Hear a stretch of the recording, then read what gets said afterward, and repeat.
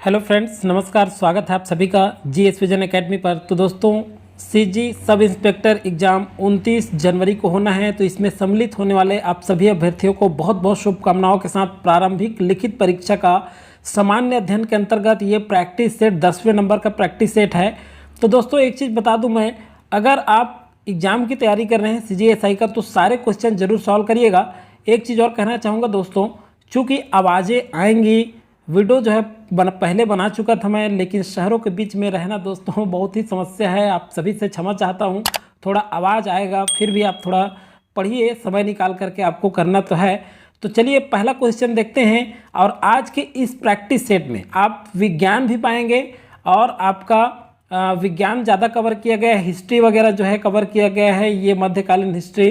तो इस तरह से आप जो है कुछ नया देखेंगे हम लोग, इसमें अलग अलग क्वेश्चन शामिल किए गए हैं। तो चलिए बिना देरी के शुरू करते हैं। और चैनल में पहली बार देख रहे होंगे तो सब्सक्राइब करके बेल आइकन जरूर प्रेस कर लीजिएगा। चलिए पहला क्वेश्चन भूगोल से करते हैं। शिव किला दर्रा किस राज्य में है? तो देखिए, शिव किला जो दर्रा है ये हिमाचल प्रदेश में है।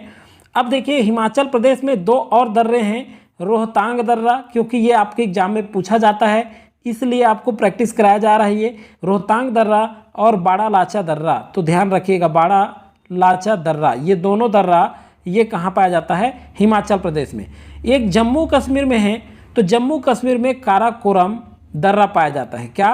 काराकोरम दर्रा, याद रखिएगा। तो ये इंपॉर्टेंट फैक्ट बन जाता है इतना। नेक्स्ट क्वेश्चन देखते हैं और बहुत ही जल्द करेंगे क्योंकि आपके पास समय नहीं है। निम्नलिखित में से कौन सा हिमालय का नवीनतम भाग है? तो हिमालय का नवीनतम जो भाग है ये शिवालिक है। ए आपका यहाँ पर करेक्ट आंसर हो जाएगा। इस शिवालिक को निम्न हिमालय या बाह्य हिमालय के नाम से भी जाना जाता है। निम्न या बाह्य हिमालय के नाम से भी जाना जाता है, ध्यान रखिएगा। नेक्स्ट क्वेश्चन की ओर बढ़ते हैं। नेक्स्ट क्वेश्चन है आपका, निम्न में से कौन सा सबसे प्राचीन चट्टानों से निर्मित है? तो अरावली पर्वत सबसे प्राचीन चट्टानों से निर्मित है। सी यहाँ पर करेक्ट आंसर होगा। और ये जो अरावली है, अगर आपसे पूछ ले जाए कहाँ है, तो ये राजस्थान में है। ये भी आपको याद रखना है, जगह कहाँ है? राजस्थान में। चलिए नेक्स्ट क्वेश्चन की ओर बढ़ते हैं और बहुत ही जल्द सॉल्व करेंगे। भारत श्रीलंका से किसके द्वारा अलग होता है? तो पाक जो जल संधि है इसके द्वारा भारत श्रीलंका से अलग होता है। अब देखिए, ये रेड क्लिफ जो रेखा है ये भारत और पाकिस्तान के बीच सीमा निर्धारित करता है। भारत और पाकिस्तान के बीच सीमा रेखा है, पाकिस्तान और भारत। ये जो डूरंड है ये भारत और अफगानिस्तान के बीच सीमा रेखा है। भारत और अफगानिस्तान को विभाजित करने वाली रेखा का नाम है डूरंड रेखा। और रेड क्लिफ भारत और पाकिस्तान, ये याद रखिएगा आप लोग। चलिए नेक्स्ट बढ़ते हैं। नेक्स्ट क्वेश्चन है आपका, निम्न में से कौन सी शीतल जलधारा है? अब देखिए, शीतल जलधारा कौन सी है? तो शीतल जो जलधारा है ये ला नीना है और यहीं पे एल नीनो है। क्या है? एल नीनो, ये गर्म जलधारा है, याद रखिएगा। ये जो ला नीना है ये शीतल जलधारा है और एल नीनो जो है ये गर्म जलधारा है। तो याद रखेंगे, दोनों आपके एग्जाम में पूछा जाता है। अब देखिए, ये ला नीना की जो उत्पत्ति है ये पेरू, कहाँ पर? पेरू तट के आसपास। कहाँ पर? पेरू तट, तटवर्ती क्षेत्रों में। कहाँ उत्पन्न होता है? तो पेरू जो तटवर्ती क्षेत्र है वहाँ पर ये उत्पन्न होता है ला नीना। नेक्स्ट क्वेश्चन है आपका, भारत के सबसे दक्षिणतम बिंदु कौन सा है या दक्षिण बिंदु कौन सा है? तो इंदिरा पॉइंट जो है ये भारत का सबसे दक्षिणतम बिंदु है और ये निकोबार द्वीप में है, याद रखिएगा। इंपॉर्टेंट क्वेश्चन है, ये कहाँ है? वृहत निकोबार में स्थित है।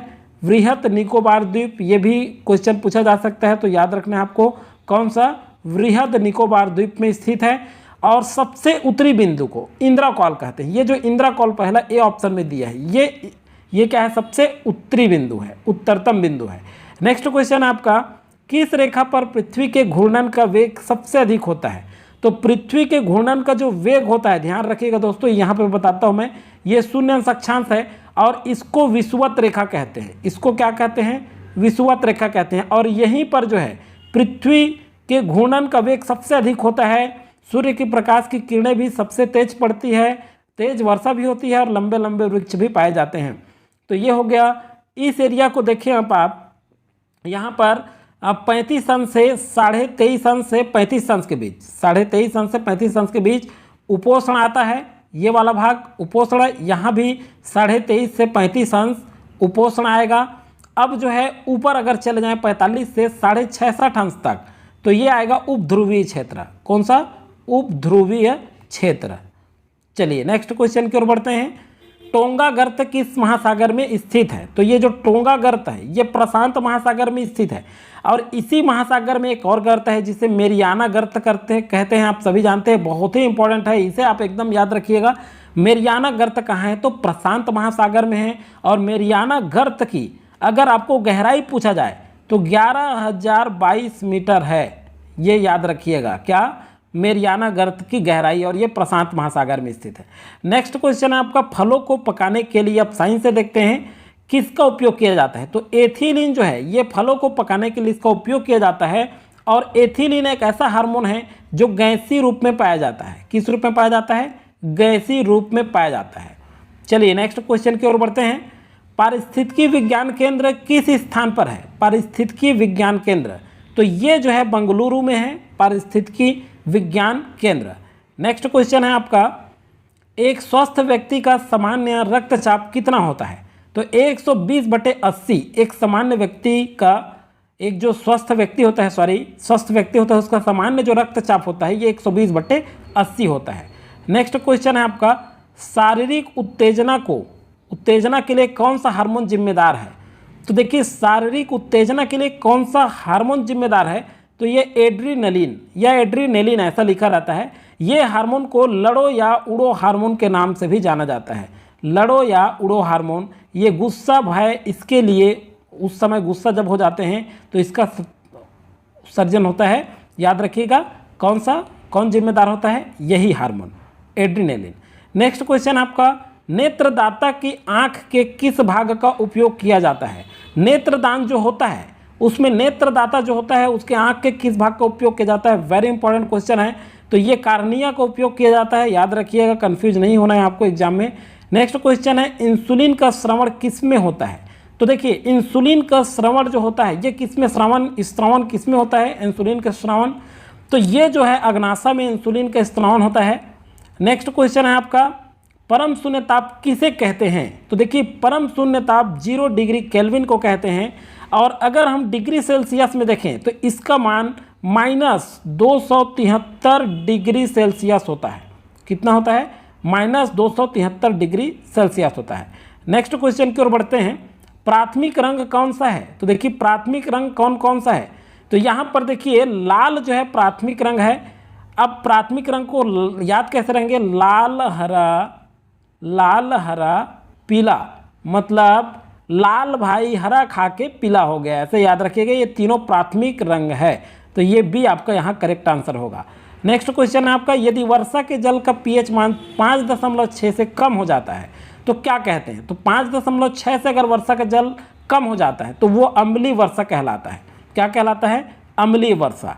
नेक्स्ट क्वेश्चन की ओर बढ़ते हैं। गौतम बुद्ध का जन्म कहाँ हुआ था? तो देखिए गौतम बुद्ध का जो जन्म है ये लुम्बिनी में हुआ था, तो डी आपका करेक्ट आंसर होगा। लेकिन कुशीनारा में इनकी मृत्यु हुई थी। और सारनाथ में इन्होंने पहला प्रवचन दिया था जिसे धर्म चक्र प्रवर्तन भी कहा जाता है। तो ये तीनों चीज़ आपको याद रखना है। नेक्स्ट क्वेश्चन है, सम्राट अशोक के अभिलेख को पढ़ने में किसने सफलता हासिल की थी? तो जेम्स प्रिंसेप ने 1837 में इसे पढ़ा था। सम्राट अशोक के अभिलेख को पढ़ने में सफलता पाई थी। कब? 1837 में। तो याद रखिएगा, इंपॉर्टेंट फैक्ट है ये आपका। नेक्स्ट क्वेश्चन की ओर बढ़ते हैं। नेक्स्ट क्वेश्चन है आपका, निम्नलिखित में से किस वंश का शासनकाल सबसे कम समय का रहा है? तो सबसे कम समय का शासनकाल खिलजी वंश का रहा है। और इनका शासनकाल देखें तो 1290 ईस्वी से, कब से? 1290 ईस्वी से 1320 ईस्वी तक सबसे कम समय तक का कार्यकाल रहा है खिलजी वंश का। नेक्स्ट क्वेश्चन की ओर बढ़ते हैं। जूनागढ़ अभिलेख से किस शासक की जानकारी मिलती है? तो जूनागढ़ अभिलेख से रुद्रदमन की जानकारी मिलती है। किस शासक की? रुद्रदमन की। नेक्स्ट क्वेश्चन है आपका, भारतीय नेपोलियन किसे कहा जाता है? तो भारतीय नेपोलियन किसे कहा जाता है? तो भारतीय नेपोलियन जो है ये समुद्रगुप्त को कहा जाता है। याद रखिएगा, वेरी इंपॉर्टेंट क्वेश्चन है। तो इसी तरह से अगला प्रैक्टिस सेट मैं लाते रहूँगा। अच्छा लगने पर दोस्तों लाइक और शेयर करना बिल्कुल नहीं भूलिएगा और लगातार चैनल से जुड़े रहिएगा। लगातार प्रैक्टिस सेट जारी हो रहा है अभी और प्रैक्टिस सेट जारी होगा परीक्षा से एक दिन पहले तक हम तैयारी करते ही रहेंगे। चलिए मिलते हैं नेक्स्ट वीडियो में, तब तक के लिए थैंक यू, जय हिंद।